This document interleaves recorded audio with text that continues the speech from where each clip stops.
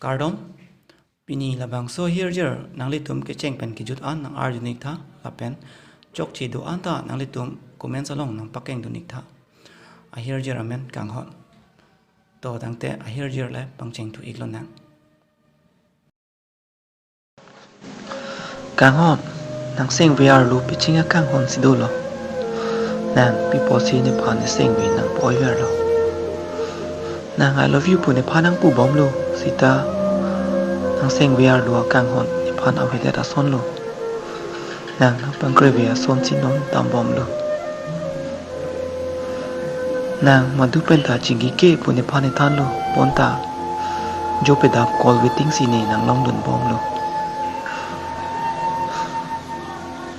nang kaita nang jirpi nang jirpo atum pensi ka chingki pune phane than lo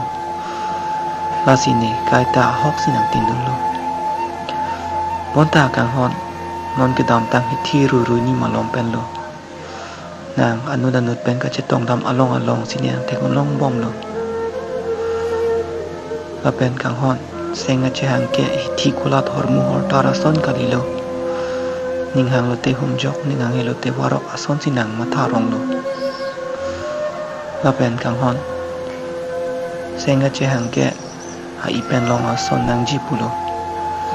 interact pen si seng che hang nang ji madu akai long talo la pen kanghon senga che hang ke seru pen pang bar damun ilo madu phanda seng ve mentor du nang nilo seng via rong pen le seng che hang dun nang dak sumin daralo